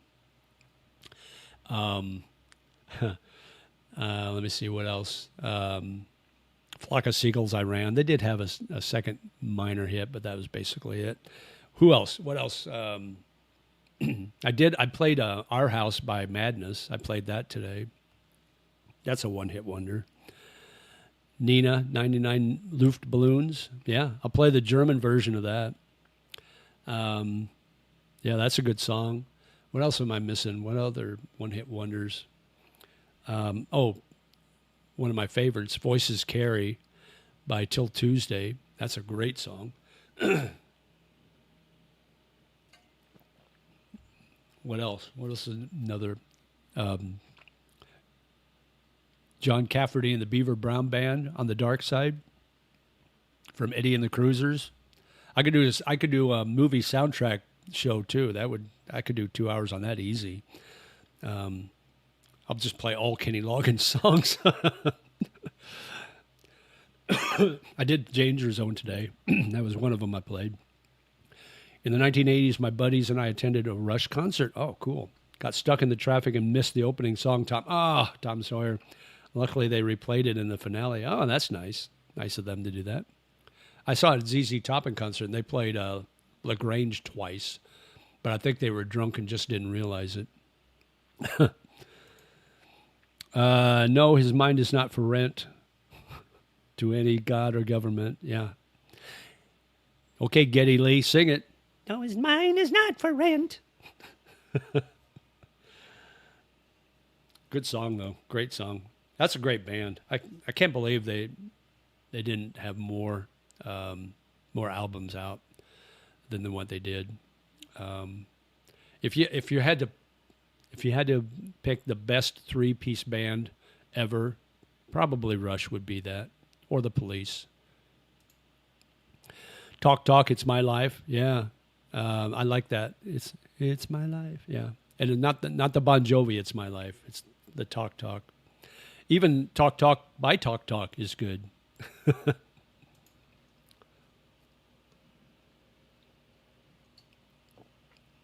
ABC, that's another good band.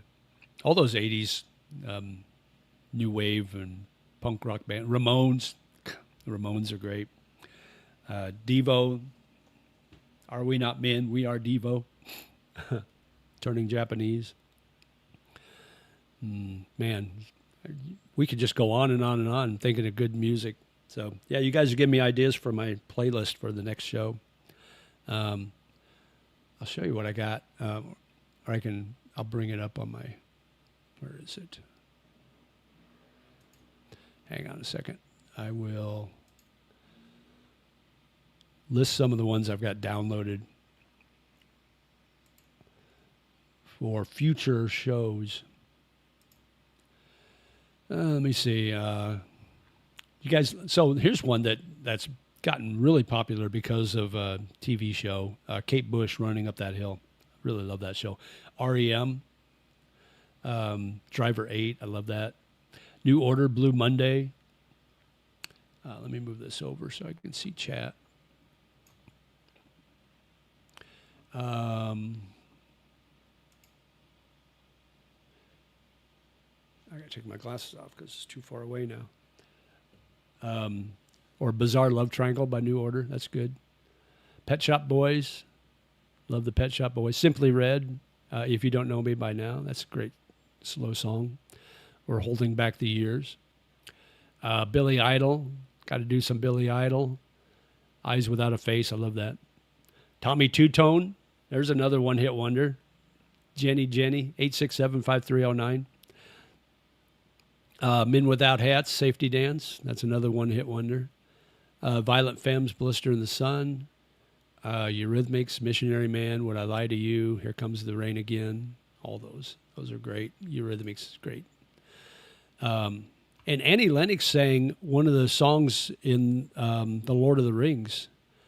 She did a great job on that. And you hear it at the end of the... I can't remember which one. I think it was either the Two Towers or Return of the King, one of those two. Human League, Tina Turner, We Don't Need Another Hero. Duran Duran, Director of Straits, Genesis, In Excess, all great. Oh, absolutely. I love Duran Duran. Hungry Like the Wolf. Girls on Film. That was one of their first videos. Love that. Girls on Film. Wham. You got to do some Wham, right? George Michael. Def Leppard. Got to do some Def Leppard. Animal, Foolin', Armageddon, Love Bites. Those are all late 80s stuff. Guns N' Roses, Sweet Child of Mine. That's another late 80s. I did play the Buggles today. Video Killed the Radio Star. Yeah, I played that. That was one of the songs I played today. Dire Straits, absolutely Dire Straits. What did you put? I guess I missed the typo. I played Money for Nothing today, but I love Dire Straits. Walk of Life, that's great. Big Country in a Big Country, yeah, that's another good one-hit wonder. Scandal, The Warrior, absolutely. Yeah, that's a great song. You guys are giving me great ideas. Thin Lizzy was more 70s. Boys Are Back in Town. That was 75 or 76, I think. But yeah, good song. I would definitely drop back into the 70s to play that. Salt and Pepper, Push It. How about that for 80s? Lionel Richie, All Night Long. I think I played that today. Tom Petty, Refugee. That's late 70s, I think, or 80s. Here comes My Girl. American Girl. That was all good Tom Petty stuff. Rick Springfield, Jesse's Girl. Police, Spirit in the Material World, Walking on the Moon. Synchronicity, Message in a Bottle. All those. King of Pain. Prince, a lot of Prince stuff I can do. Let's see, where are we at here? Bobby McFerrin, Don't Worry, Be Happy. Was that 80s? Was that long ago? 867-5309. Yeah, absolutely. Driver 8, REM. Speaking of 8, that's a great song. I love that song. Who's the best two-member band? White Stripes. Yeah, White Stripes. They used to be 3-member, right? And then the drummer left, right? She left or got kicked out of the band. Am I thinking that right? I gotta go. Simon and Garfunkel. That's another one. Old Town is my favorite Thin Lizzy song. Early 80s, I think. Okay. Final Countdown gets remixed into so many EDM sets now. Yeah, exactly. That's the final countdown. Diddly-doo, diddly-doo-doo. That's Asia, right? Did I get that right? Asia? Hall and Oates. Yeah, absolutely. Hall and Oates. Lover Boy, Turn Me Loose. Yeah, working for the weekend. Turn Me Loose. What else did Lover Boy do? I like In Excess, What You Need, Suicide Blonde, Stevie Nicks, Edge of 17, Leather and Lace, with Tom Petty, Stop Dragging My Heart Around. Never Tear Us Apart by In Excess. Yeah, Lover Boy, When It's Over. That's a good song. Not a big hit, but a good song. Hot Girls in Love, Lover Boy. Oh, Europe. That's right. I was close. Wrong continent. Cutting Crew, I Just Died in Your Arms. OMD, If You Leave, from Pretty in Pink, right? Orchestral Maneuvers in the Dark. How about Cyndi Lauper? She Bop. All Through the Night, Time After Time. Culture Club, you got to do Culture Club stuff. Yeah, guys, you're giving me some good ideas. We can go, we can really get into it. I'd play it here, but this video would get blocked because I'm playing it live. So it would get blocked, and you wouldn't be able to see it, or nobody would be able to see this after the live stream. That's why I do it. I record it, and then I play it on my other channel. I play it as a premiere, so it looks like it's live, so I can interact with you guys on chat, and that way I post it private, and I can check to make sure that I'm not getting a block for the songs I play. If you have gallbladder, don't let them take it out. Just drink apple cider vinegar for a week. That is all you have to do. Well, too late.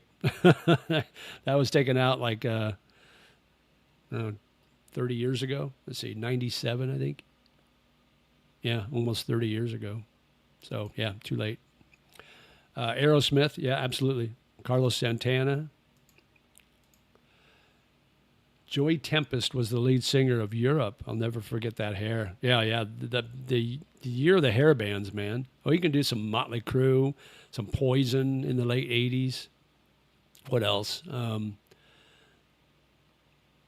There's tons of those hair bands back then. Once you have your gallbladder taken out, you usually have a lot of diarrhea problems. Oh, interesting. I just thought it was the food I ate. I don't know. I don't think it's any worse than it was before, but White Snake. Yeah, here I go again. Love the video of that. Connie Catane, right? Tawny Catane.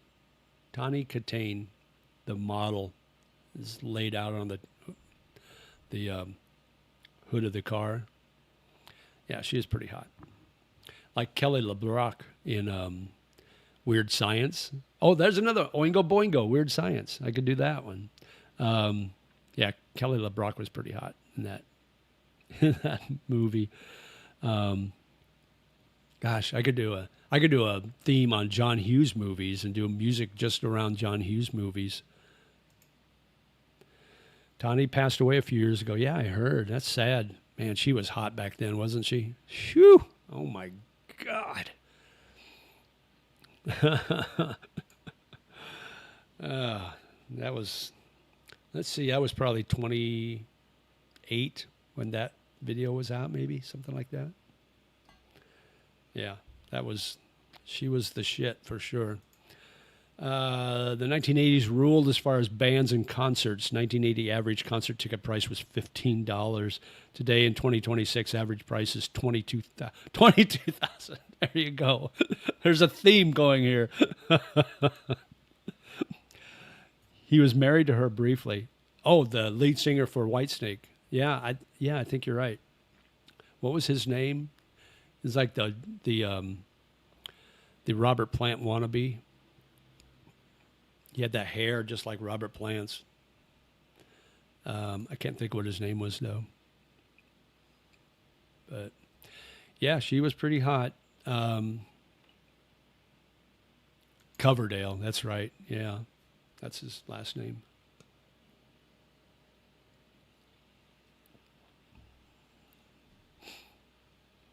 Okay, guys, it's about hour and 47 minutes in, so we'll go to the top of the hour, and then we'll call it a good day. Then I got to go eat. I'm hungry. Anybody in Bangkok want to meet me at O'Shea's on 33-1 Sukhumvit 33-1 after after my live stream? You're welcome to join me. I'm going to have the breakfast, 199 baht, 7-course breakfast, super good. O'Shea's Irish Pub on 33/1 on Sukhumvit. But yeah, I'll probably go there for breakfast after I'm done here because I'm hungry. We had a good discussion about music, though. Yeah, that's awesome. Any other ideas? Any other? We could do a lot of Bon Jovi. We could do another John Hughes soundtrack. John Parr, St. Elmo's Fire, Man in Motion. That's a good movie. St. Elmo's Fire. Who you had in that? You had Judd Nelson, Emilio Estevez. Who else was in that?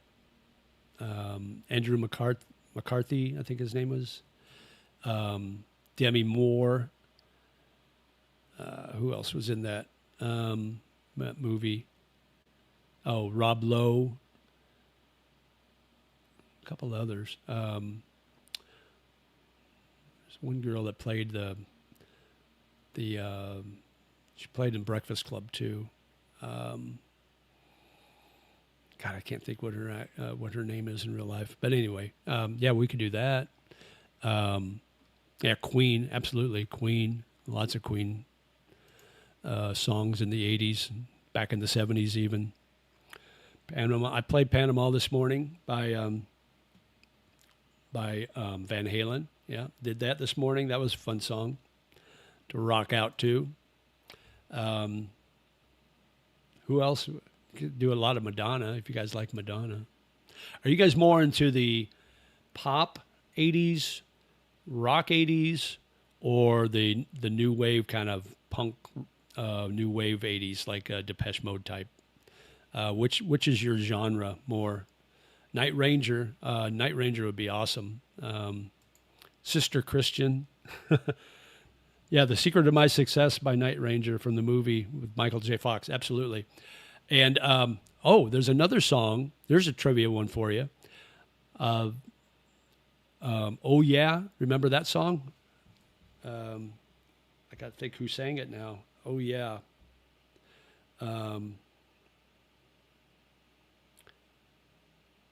Who sang Oh, Yeah? Oh, by Yellow, is it Yellow? Yeah, Yellow, Yello, Yellow. They did Oh Yeah. It was in that movie, but it was also in Ferris Bueller's Day Off. So that's a song, that might be the only song that's been in two movies in the 80s is Oh Yeah by Yellow. So there's some trivia for you. Both MTV and the Sony Walkman came out in 1981. Everyone and their brother had a Walkman. Fun times. I had my Walkman until, like 2009 or something like that. I mean, I had it forever. Loved it. Definitely rock and metal for 80s. Okay, so we got one vote for rock. 1-9 Bangkok, absolutely. I should have played that today. I didn't think about it. Here, I think I can. Let me see if I can do a poll here. Hang on a second, guys. Don't go anywhere. I thought I could do a poll on here, but I think maybe I have to do it on. I think I have to do it through YouTube and not through StreamYard. Soundtrack from the original Top Gun movie, all winners, absolutely. Kenny Loggins had the Danger Zone, had Playing with the Boys. Take My Breath Away by Berlin. Oh, what a great song. God, I thought I could do a poll here, but I guess not. Here, let's see, media assets. I guess not. Sorry. Guess not. Okay. Well, anyway, so I was going to do a poll, and you can vote on rock, 80s pop, or 80s new wave stuff. But I guess I can't do that, so you just have to tell me in the chat. Rock and metal is best for me too. All is good though for a variety. Yeah, absolutely. I want to kind of mix it up. Cheap Trick, yeah. Cheap Trick's great. I got to see them in concert. It was funny because I was going to school in Kearney, Nebraska, and my buddy and I had tickets to see Cheap Trick in Lincoln the next night. It was a Friday night, and so we're at the bar, and we're sitting at this bar called Buffalo Chips, and we're drinking beer and just kind of chit-chatting or whatever. And I look at the end of the bar, and there's this guy. I go, "Hey, Steve, I think that's Bunny E. Carlos." And he goes, "No." I go, "Yeah, I'm pretty sure that's the drummer to Cheap Trick." And he goes, "You think?" I go, "Yeah, I'm pretty sure. I mean, look just like him. I mean, look like an accountant, right?" So I walk down the end of the bar, and I go, "Excuse me." And he turns to me, and he's got that little sly look on his face because I think he knows what's coming. And I go, "Are you Bun E. Carlos?" He goes, "Yeah." It's like, "What the hell are you doing here?" He goes, "Well, we just had a show in Denver, and we have a show tomorrow night in Lincoln, but we're staying the night here in Kearney." I go, "Really?" Because it's like halfway. And I go, "Where's everybody else? Where's Rick? Where's Robin? Where's the band?" And I go, "They're all in the hotel sleeping, but I wanted to get out and have a beer." So he's just sitting there shooting the shit, having a beer. So this is kind of a neat moment. But yeah, got to meet Bunny E. Carlos. Saw the concert the next night. It was awesome. I learned Spanish with my Walkman. Okay. JJ, the lead singer, was discovered on YouTube, a Filipino that was doing karaoke in the Philippines. Oh, for Journey, right, yeah. They found him in a dive and made him a millionaire overnight. He sounds good, but nowhere as good as Steve Perry. Yeah, absolutely. But his voice is gone too now, so I don't think he's with Journey anymore. So, yeah, he lost his voice, his ability to sing like Steve Perry. But yeah, you're right, Filipino guy. Okay, we'll go about 5 more minutes, guys. Hard Rock Cafe in Manila. Yeah, that's. I'd heard. I thought it was on a local Philippines Got Talent or The Voice type of show. I thought that's where they found it, but you might be right. A local blues radio station here has a good bit. They play 3 versions of a popular song by different artists, like Clapton, J.J. Cale's Cocaine. Oh, cool. That would be hard to do that on a weekly basis. You could do it every once in a while, but there's just aren't that many versions, hit versions of popular songs. And if you get too deep in the B cuts, it tends to, in my radio profession, if you play songs that are not familiar or artists that aren't familiar, you lose your audience. So it would be hard. But yeah, definitely Clapton Cocaine is awesome. Lead singer Jury. Yeah, I got you. I knew what you're talking about. Asians were a great Irish band in the late 80s. Asian? Interesting. Arnel Pinella. Nice guy, but yeah, he has throat node issue. Real shame. Yeah, I heard that he's lost his voice. I think I might have nodes or something. My voice just goes after a couple hours of talking. All those decades of being in the radio, I guess, just kind of ruined my voice. Have you used AI to develop your playlist? No, I pick my playlist myself. But I did use Google Gemini to structure my channel, and it got me it pointed me to the direction of Suno. That's where I got my jingle package created, and it helped me. Gemini helped me with the prompts to be able to put the prompts in for my jingle package to create my jingle package. It also created my logos, so it created several logos, and I just picked the ones I like the best. So I've used AI for that, but as far as the playlist, that's all on me. Not Asian. Asian? I'm sorry. Oh, Aslan. Aslan. Okay. Okay, I misread that. Aslan.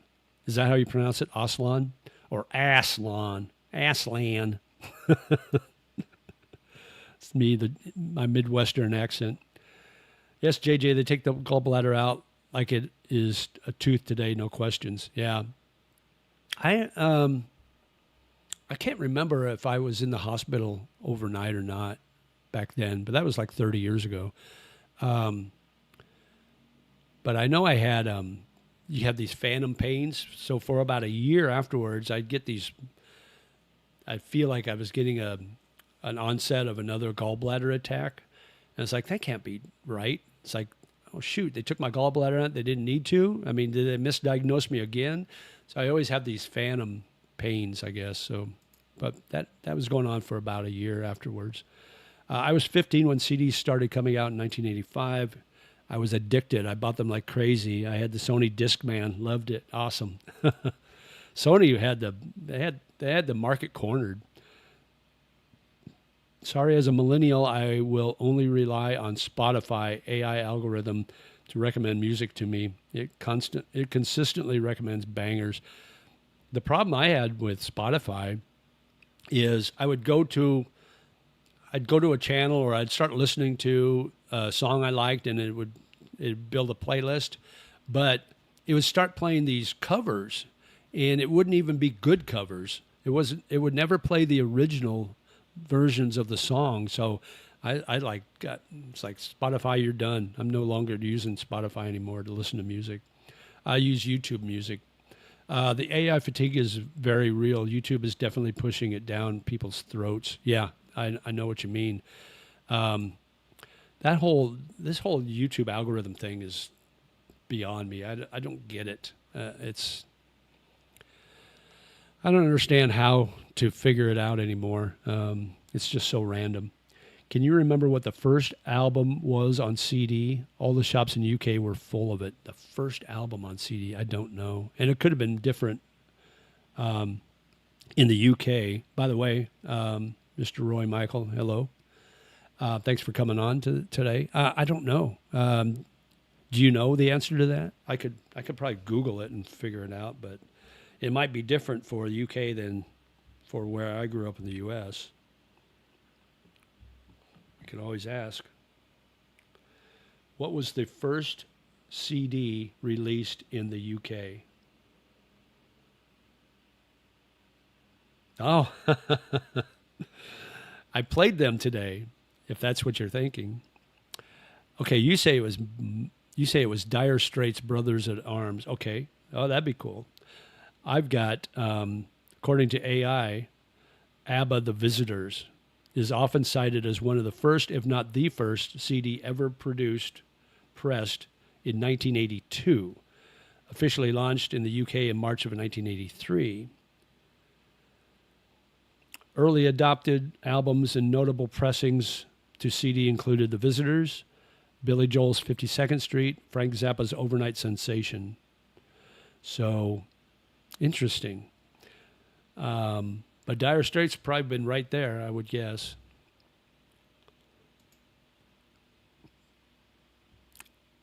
It wasn't the first, but the first big mainstream CD was Brothers in Arms. Okay, I got you. Either Madonna or Michael Jackson. I think it was before. I think CDs came out before Madonna got big, because this is talking about 82 and 83. CDs hadn't even gotten big yet then. I mean, they were just starting. Yes, U.S. charts and U.K. charts are different, completely different. Yeah. It was weird because when the Beatles were releasing their albums in the 60s, Capitol Records would release one version for UK and release a second different version for the US. So the song listings were different. So if you watch like album reviews and you're listening to something you think, well, that wasn't on that album. It was, but it was just in the UK and not the US or vice versa. So that was interesting back then. I don't know what Capitol Records thought process behind it was, but that's what they did. Big question on Kentucky Derby today. What's the big question? Is the Kentucky Derby today? Is it? I didn't even think about that. It is the first weekend in May, right? I don't even know. I haven't followed the Kentucky Derby since I moved out here. And I used to live in Louisville. It's a neat event to go to at least once, just like the Indy 500 or the Brickyard when I lived in Indianapolis. Those were fun to go to. Billboard Hot 100 is not a UK chart mechanism. Right, you're right. Billboard is US. But, okay, guys, we're going to call it a day. My voice is gone. I'm getting hungry. I need to eat. But thanks a lot for coming on board today. I appreciate it. Make sure you hit that like button before you leave. That really helps the algorithm. And, as always, live life, my friend. We'll talk to you next Sunday. Sabai, sabai. Take care.